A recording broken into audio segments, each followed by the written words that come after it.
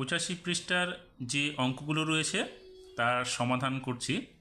এখানে আমরা শিখব হচ্ছে ভগ্নাংশকে পূর্ণ সংখ্যা ও ভগ্নাংশ দিয়ে গুণ ও ভাগ কীভাবে করব তার সমাধান।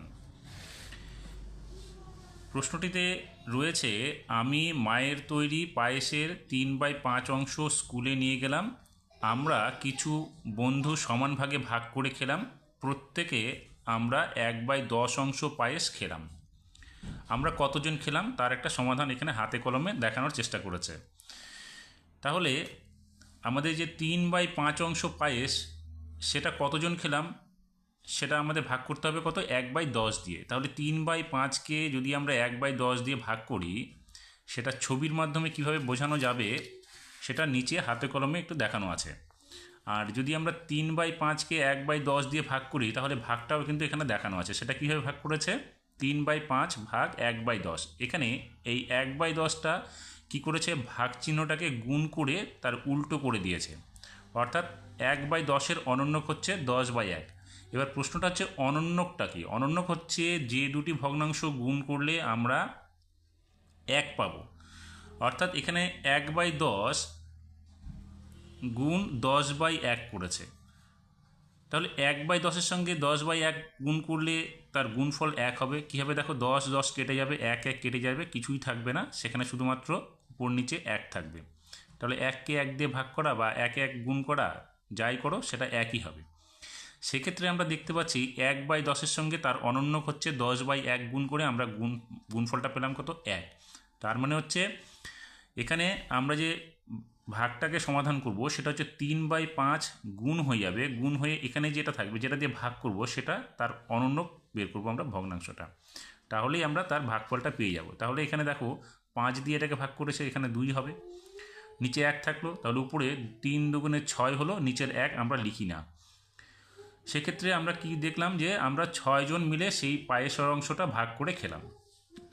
এবার এটাকে ছকের মাধ্যমে বা কাগজের মাধ্যমে আমরা কিভাবে ভাগ করে দেখাবো। আমরা এখানে 3/5কে 1/10 দিয়ে যখন ভাগ করতে যাব, এখানে বলেছে একটি আয়তকার সাদা কাগজ নিলাম, এটা একটা আয়তকার সাদা কাগজ ধরে নেওয়া হচ্ছে। ওই কাগজকে সমান 5টি ভাগে ভাগ করলো, যেহেতু এখানে দেখো 3/5 এই 5 হরের অংশটাকে ভাগ করা হয়েছে, তাহলে 5টি ভাগে ভাগ করা হয়েছে। তার কত অংশ নেওয়া হয়েছে, 3 অংশ নেওয়া হয়েছে, সেই জন্য 3টি অংশ হলুদ রং করা হয়েছে। তাহলে আমরা পেলাম কি, 5 ভাগের মধ্যে 3 ভাগ পায়েস। এই 5 ভাগের 3 ভাগের হলুদ রং করা হলো, যেটা বললাম আমি। এবার দ্বিতীয় নম্বরে কি বলেছে, এই কাগজের প্রতিটি সমান ভাগকে আমরা 2টি সমান ভাগে ভাগ করব। তাহলে দেখো এখানে এই যে প্রত্যেকটা ভাগ হলুদ রং, এটার প্রত্যেকটাকে আমি 2 ভাগে যদি ভাগ করি তাহলে এখানে পেয়ে যাব আমরা 1 2, পরেরটার জন্য 3 4, তারপরটা দেখো এটার জন্য 4 5 6, তাহলে এখানে আমরা পেলাম কিন্তু 6টা। তাহলে এখানে আমরা কি পেলাম, এই কাগজের প্রতিটি ভাগকে আমরা 2টি সমান ভাগে ভাগ করলে মোট এখানে আমরা পাবো কত, 10টা ভাগ। তাহলে এখানে লিখবো আমরা 10টি ছোটো ভাগ পেলাম। 10টি ছোটো ভাগ বলতে এখানে দেখো প্রত্যেকটা ভাগ 1 2 3 4 5, তাহলে 5টা ভাগকে আমরা দুটো করে ভাগ করলে 10টা পাচ্ছি, সেই জন্য আমরা এখানে লিখবো হচ্ছে 10টি ছোটো ভাগ পেলাম। এবার বলছি এই ছোটো ভাগের ড্যাশটি হলুদ রং করলাম, তাহলে এখানে ভাগ কটা আছে হলুদ রং 1 2 3, তার মানে 3 দুগুণে 6টা হবে, আমরা এখানে লিখবো 6টি হলুদ রং পেলাম। তাহলে এখানে দেখো এইভাবে ছকের আকারে বোঝানোর চেষ্টা করেছে যে হলুদ রং এখানে 6টা ভাগ আছে 10টা ভাগের মধ্যে, অর্থাৎ দেখছি কি 3/5 এর মধ্যে 3/5-এর মধ্যে 6টি 1/10 ঢুকে আছে, সেই জন্যে 3/5কে যদি আমরা 1/10 দিয়ে ভাগ করি তার ভাগফল হবে 6, অর্থাৎ 6 জন বন্ধু মিলে তার পায়েসটি খেয়েছে। এটাকে এইভাবে ছকের আকারে ভাগ করে আমরা দেখাতে পারবো। এবার কি বলেছে, নিজে করি 6/5 অংশ, যেটা নিজে করি 6.5 যেটা অধ্যায়টা রয়েছে, এখানে 3টি অঙ্ক রয়েছে, তার সমাধান করতে হবে এবং একটি নিজে থেকে ভগ্নাংশ নিয়ে করতে হবে। তাহলে এই 3টি অঙ্ক আমি আলোচনা করছি। দেখো এখানে 7/8 ভাগ 21/5, তাহলে এটাকে আমরা কীভাবে সমাধান করব।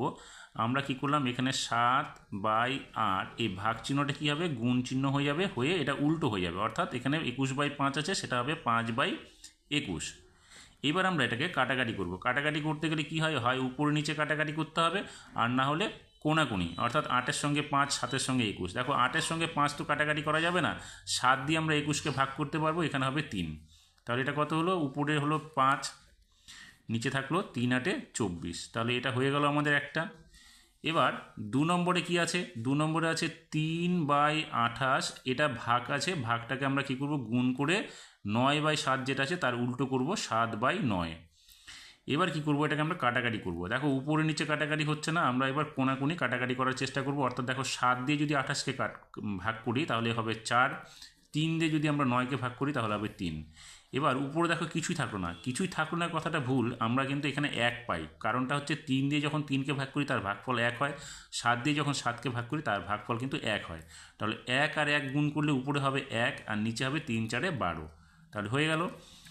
এবার 3 নম্বরটা কি আছে, একটা পূর্ণ সংখ্যা আছে, পূর্ণ সংখ্যাটাকে আমরা কি করব, প্রথমে ভাঙাবো। অর্থাৎ 3-এর সঙ্গে 5কে গুণ করব, 3 5 15 হবে, আর উপরের সংখ্যাটাকে যোগ করব। তাহলে 3 5 15 আর 2 যোগ করলে 17, তাহলে উপরে হবে 17, নিচে হবে 3। এইবার যেই ভাগটা আছে, ভাগটা কি করব, আমরা গুণ করে দেবো। গুণ করে 1/6টাকে আমরা লিখে দেবো 6/1। এখন আমরা দেখব উপরে নিচে কাটাকাটি করা যায় কিনা, না গেলে আমরা কোনাকুনি দেখব। তাহলে কোনাকুনি দেখতে গেলে 17 আর 1কে আমরা কাটাকাটি করতে পারবো না, দেখো 3 আর 6কে কাটাকাটি করতে পারবো। অর্থাৎ 3 একে 3, 3 দিয়ে ভাগ করলে 1 হবে, আর 3 দিয়ে এখানে ভাগ করলে 2 হবে। তাহলে 1 একে 1, নিচের একটা আমরা লিখবো না, উপরের সংখ্যা দুটো গুণ করবো। অর্থাৎ 17-এর সঙ্গে 2 গুণ করলে কত হবে, 34।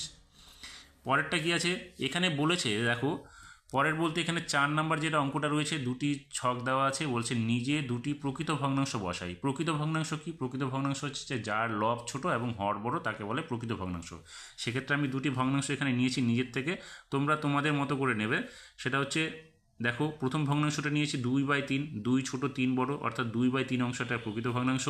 আর এটা 3/5 করেছি, তাহলে 3 ছোট 5 বড়, অতএব এটাও একটা প্রকৃত ভগ্নাংশ।